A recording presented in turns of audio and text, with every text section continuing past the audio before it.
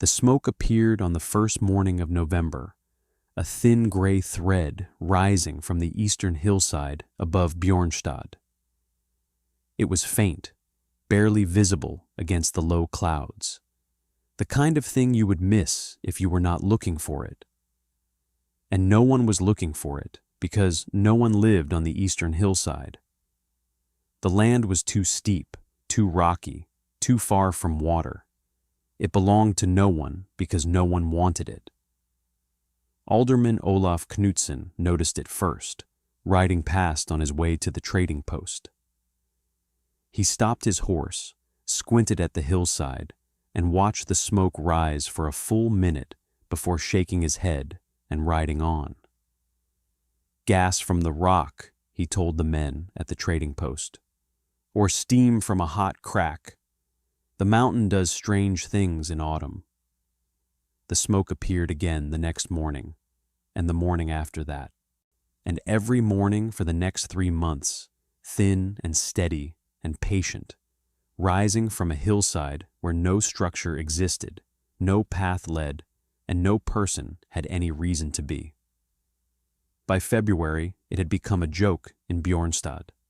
The ghost fire, they called it, the mountain's breath, something to laugh about on dark winter evenings when the mead was flowing and the cold outside made every warm room feel like a fortress. No one investigated. No one climbed the hillside. No one cared enough to find out where the smoke was coming from, because the smoke was faint and the hillside was steep, and the explanation was surely mundane. They were wrong about that. Ira Halvard's daughter was 14 years old and living inside the mountain. She had been there since October, since the night Alderman Olaf had declared her a thief and a liar, and the village council had voted to exile her from Bjornstad with nothing but the clothes on her back and a single day's worth of bread. Her crime had been telling the truth. Her father, Halvard, had been Olaf's steward for 11 years, managing the alderman's farms, his fisheries, his timber operations. Halvard had been honest. Olaf had not. And when Halvard discovered that Olaf had been falsifying the tribute records, skimming silver from the settlements he administered, and reporting lower yields to the regional jarl, Halvard had confronted him.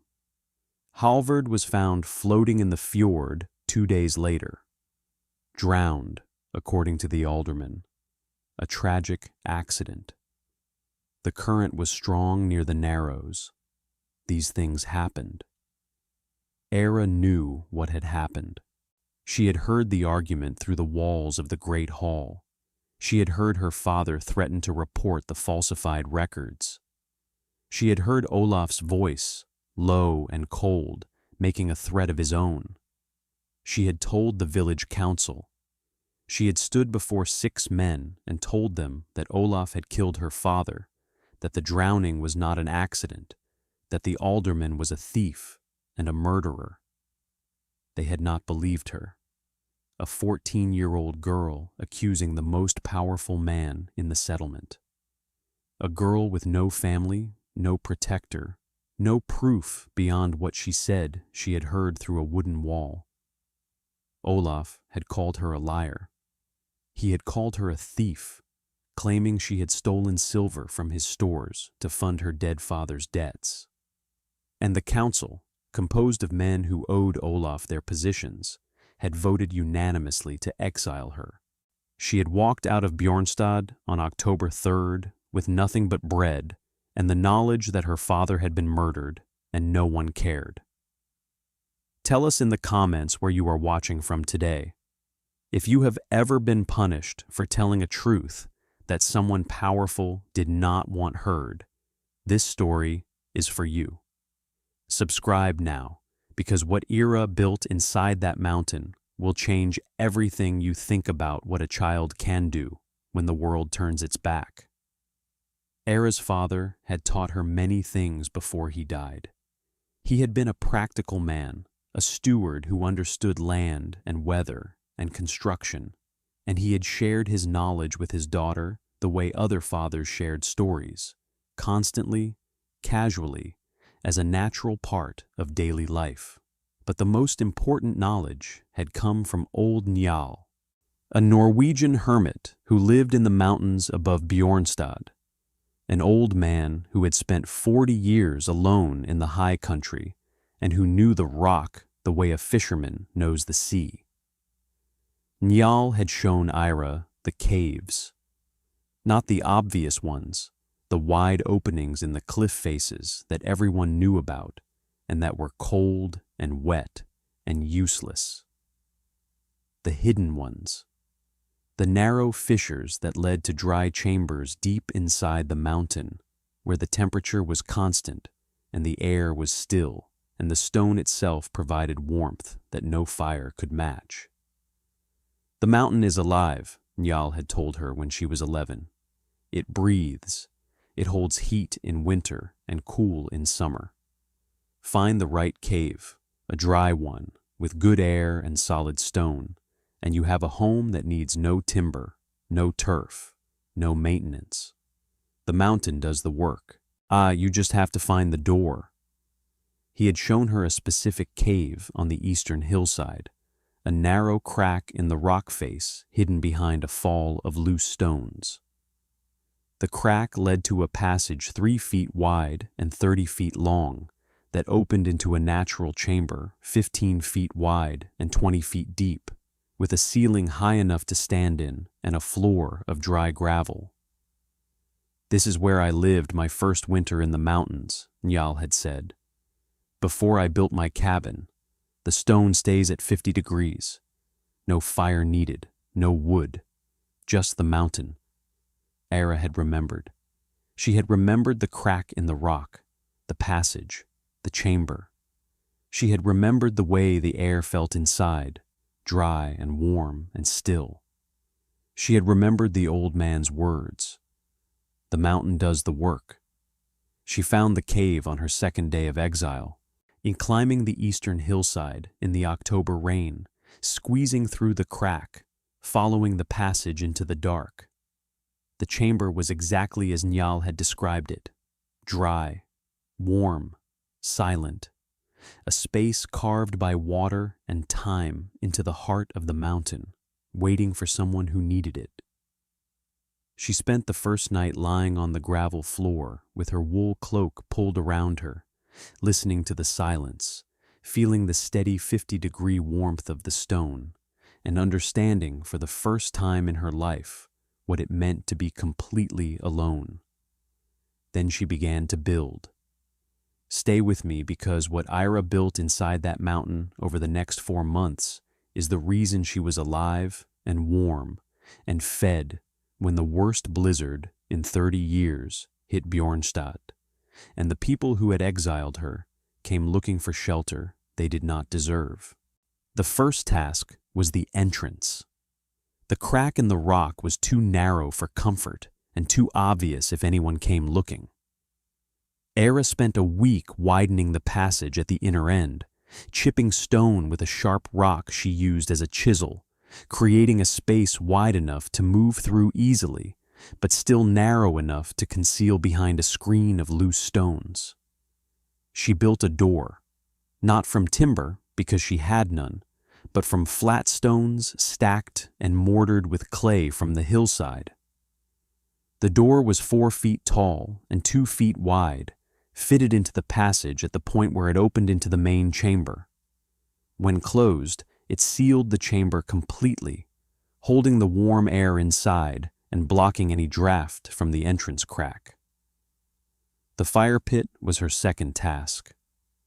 Njal had said no fire was needed, and at 50 degrees, he was right, you would not freeze. But 50 degrees was not comfortable, not for sleeping, not for cooking, not for a 14-year-old girl who was alone in a mountain in winter. She carved the fire pit into the floor against the back wall, a basin 2 feet wide and 1 foot deep, lined with flat stones. Above it, she found a natural crack in the ceiling that rose upward through the rock, a fissure just wide enough for smoke to pass. She tested it with a small fire of dried grass, watching the smoke rise into the crack and disappear. It worked. The draft was gentle but sufficient, pulling the smoke upward and out through the rock to the surface, where it emerged as a faint wisp of gray that was all but invisible against the stone. She gathered fuel, not timber, because the hillside had almost no trees, but dried heather and gorse from the slopes, dead grass from the meadows below, and peat that she cut from a boggy patch near the creek. The peat was the best fuel, burning slow and hot and lasting for hours. She stacked it in a corner of the chamber, 60 loads, enough for the winter if she burned sparingly. She gathered food. This was harder. She had no fishing line, no traps, no tools for hunting. But she had the knowledge her father had given her, the knowledge of a steward who understood what the land provided for those patient enough to look. She dug roots from the creek banks, starchy tubers that could be roasted in the coals. She gathered nuts from the hazel thickets in the valley, filling her pockets and the folds of her cloak, caching them in the chamber in piles that grew slowly through October. She found a colony of mussels at the fjord's edge and harvested them at low tide, steaming them on hot stones and drying the meat for later. She set simple snares of twisted grass for rabbits, a technique Njal had shown her, and caught enough to provide meat once or twice a week. By November, she had a home. The chamber was warm, the fire pit providing enough heat to raise the temperature from 50 to 62 degrees on cold nights. The food stores were modest but sufficient, stacked on stone shelves she had carved into the walls. She had a bed of dried grass and heather, thick and soft, in an alcove she had widened with her chisel stone. The smoke rose every morning, thin and gray, the only sign that anyone lived inside the mountain, and no one in Bjornstad cared enough to find out why. Alderman Olaf noticed the smoke occasionally. He mentioned it at the trading post. He made jokes about it. He never climbed the hillside because the hillside was steep and the effort was not worth the curiosity, and because some part of him, some small and uncomfortable part, did not want to know if the girl was still alive. The blizzard hit on February 4th. It came from the north, a wall of white that descended on Bjornstad with the speed of a cavalry charge. The temperature dropped 35 degrees in 2 hours. The wind rose to 60 miles per hour. The snow fell so thick that the world disappeared behind it. The settlement was not prepared. The winter had been mild until now, lulling the residents into a false security that February would be gentle.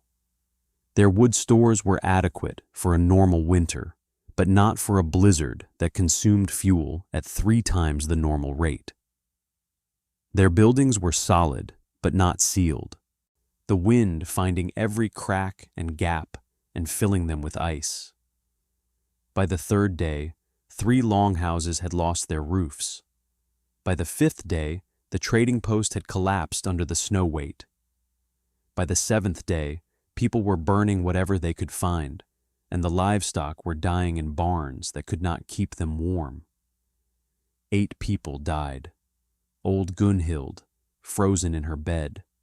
2 fishermen lost in the snow. 5 more taken by the cold in buildings that offered no protection against a storm of this magnitude.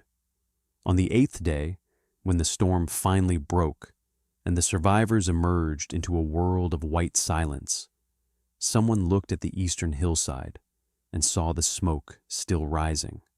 Thin, steady, patient. The ghost fire that had been burning since November. The smoke from nowhere that everyone had laughed about. The girl," someone said. "The Halvardsdottir girl. She is alive in there." A party of 12 climbed the hillside, following the smoke to the crack in the rock that they had passed 100 times without noticing. They squeezed through the passage, pushed open the stone door, and entered the chamber. Era was sitting by her fire, roasting a rabbit she had caught the day before the storm. The chamber was 60 degrees. The walls were dry. The food stores, modest but present, lined the shelves. A 14-year-old girl they had exiled to die was alive and warm and calm. She looked at them without surprise. "You found me," she said.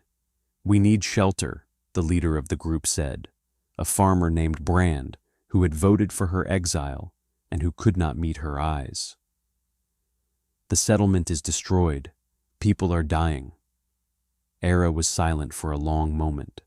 She looked at the faces of the people who had called her a liar, who had sent her into the mountains to die, who had not cared enough to climb a hillside and check whether a 14-year-old girl was alive. "Come in," she said. "There is room. If Norse reckoning has become part of your week, consider joining the channel membership. Your support helps us bring you more stories of hidden preparation and quiet vindication." 12 people sheltered in Era's mountain chamber for 6 days. She shared her food, her fuel, her warmth. She showed them how the mountains stayed warm, how the stone held heat, how the ventilation crack carried smoke away. She did not mention her exile. She did not mention her father. She fed them and warmed them and kept them alive because that was what needed to be done. On the 4th night, Brand asked her the question that everyone was thinking. "After what we did, after what Olaf did, why help us?" "Because my father would have helped you," Era said. "My father helped everyone. It is why Olaf killed him, because a man who helps everyone eventually helps someone discover the truth." The words fell into the chamber like stones into water. No one spoke for a long time. When the relief came and the survivors returned to the ruined settlement, the story of the mountain chamber spread. The story of the exiled girl, the smoke from nowhere, the alderman who had killed a man and blamed a child and watched her walk into the mountains to die. Alderman Olaf Knudsen did not survive the reckoning. The regional jarl, informed of the falsified records by survivors who now believed Era's testimony, sent men to investigate. The records confirmed everything Halvard had discovered and Era had reported. Olaf was stripped of his position and his property. He fled north and was never seen again. Thank you for watching this story about Era Halvard's daughter and the smoke from nowhere. If it reminded you that the truth does not stop being true just because powerful people refuse to hear it, share it with someone who needs to hear it. Subscribe to Norse Reckoning for more stories of frontier resilience and quiet vindication. Old Njal came down from his mountain when he heard the story. He found Era at the chamber and stood in the entrance, looking at what she had done with the cave he had shown her 3 years ago. "Your father would be proud," he said. "This is better than anything I built.